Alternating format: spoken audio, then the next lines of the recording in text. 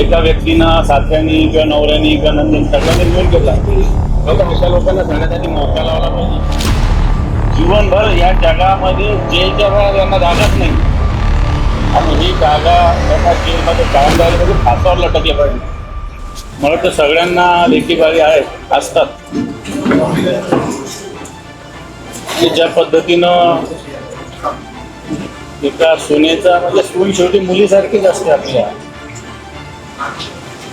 हाल हाल करून खरं तर त्यांना नांदवायचं नव्हतं तर त्यांनी माहेरी पाठवायला पाहिजे होतं, तिकडे स्वीकारायला नाही पाहिजे होतं. पण अशा एका सालक गुणवान मुलीचा जीव घेणं आणि जीव घेत असताना ज्या पद्धतीनं वर्ष 2 वर्षामध्ये या मुलीचा छळ केला अतिशय लाजिरवाणं, हृदयद्रावक, हृदयाला असं पिळवटून टाकणारं कृत्य जे झालेलं. कारण जे ते आपली मुलगी आहे तिच्या अंगावरचे वळ जर बघितले 34 खुणा आहे तिच्या अंगावर, 34 ठिकाणी वळ आहे आणि हा केलेला खून आहे, हा मर्डर आहे. हा पोलीस कोणी काही म्हणत असेल तर सगळ्यात झूट वार्ता आहे. संपूर्णपणे या हगवणी कुटुंबियांनी आणि त्यांचे ते कोण चव्हाण बिव्हाण या सगळ्यांनी मिळून केलेला हा खून आहे. कारण त्याच्या आधी सुद्धा त्याच्या धमक्या आलेल्या आहे, वेगवेगळ्या गोष्टी आलेल्या आहे आणि त्याच्यामुळं मला असं वाटतं हा पूर्णपणे खून संघटित पद्धतीनं केलेला खून. एका व्यक्तीनं सासऱ्यानी किंवा नवऱ्यानी किंवा नंदन सगळ्यांनी मिळून केला. तर अशा लोकांना सगळ्यात आधी मोका लावला पाहिजे. जीवनभर या जगामध्ये जेलच्या बाहेर यांना जागाच नाही आणि ही जागा त्यांना जेलमध्ये कायम राहिली म्हणजे फासावर लटकले पाहिजे. अशा प्रकारची भूमिका मला वाटतं एक पब्लिक क्राईम म्हणता येईल याला, जनतेची आहे, सगळ्यांची आहे आणि आमची सुद्धा आहे. याच प्रकरणामध्ये खरं तर सुरुवातीपासून पोलिसांची हेरकाई केल्याचा एक आरोप होतोय. सासू-सासरी सासरा आणि दीरही 8 दिवस फरार होता आणि आता दुसरा जो बाळ घेण्यासाठी कसपटे केल्यानंतर ज्या निलेश चव्हाणने संपवलं तो अजूनही पोलिसांना सापडलेला नाही. एकूणच तुम्हाला जी माहिती मिळाली आहे त्याच्यामध्ये पोलिसांनी हे प्रकरण गांभीर्याने घेतलेलं आहे असं वाटतं.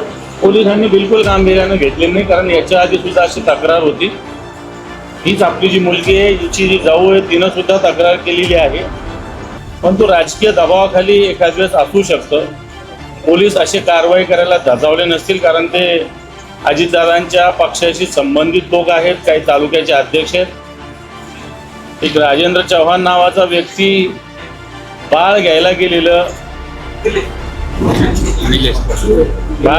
बाळ घ्यायला गेलेला चव्हाण नावाचा व्यक्ती, त्याच्याकडे कसपटे कुटुंबीय जातात आणि अगवणी कुटुंबियातली एक व्यक्ती जात असताना त्यांच्याकडे न देता स्वतः रिव्हॉल्वर दाखवणारा व्यक्ती. आता हे सगळं जर बघितलं तर ह्या सगळ्या लोकांना ह्या मुलीचा मर्डरच करायचा होता, खूनच करायचा होता, हे स्पष्ट होतं. आणि म्हणून या सगळ्यामध्ये यांना तर मोका लावला पाहिजे. याच्यासाठी सरकारी वकील कुटुंबीय ज्या वकिलाची मागणी करेल तो सरकारनं दिला पाहिजे, फास्ट ट्रॅक कोर्टामध्ये चालवलं पाहिजे. आणि निश्चित याच्यात 8 दिवस ज्या अर्थी कुठे फिरत होते आरोपी, याच परिसरात फिरत होते पुण्याच्या, फार लांबही गेलेले नव्हते. मोबाईल त्यांचे चालू होते, सगळ्या गोष्टी चालू होत्या, त्यांच्याकडे गाड्या होत्या, सगळ्या गाडीला आजकाल GPR असेल. असं असतानाही पोलिसांना मला असं वाटतं ज्या पद्धतीनं मीडिया असेल, जनता असेल यांचा दबाव वाढला त्याच्यानंतर अटक झाली. म्हणजे प्रत्येक गोष्टीमध्ये दबाव वाढला पाहिजे, मीडियाने काहीतरी दखल दिली पाहिजे, अशा पद्धतीनं पोलिसांचा रोल झालेला दिसतो. आणि निश्चित पोलिसांनी याच्यात काही जर मला असं वाटतं तपासात कुठे बारकावे जरी सोडले तर आम्हाला इथे आम्ही सुद्धा याच्यात लिगल बाजू या कुटुंबियाची घेऊ आणि या हगवणे कुटुंबियाला फासावर लटकवण्याच्या भूमिकेत आमचा सुद्धा हातभार. जर तुम्ही अजूनही YouTube चॅनलला सबस्क्राईब केलं नसेल तर ते लगेच सबस्क्राईब करा.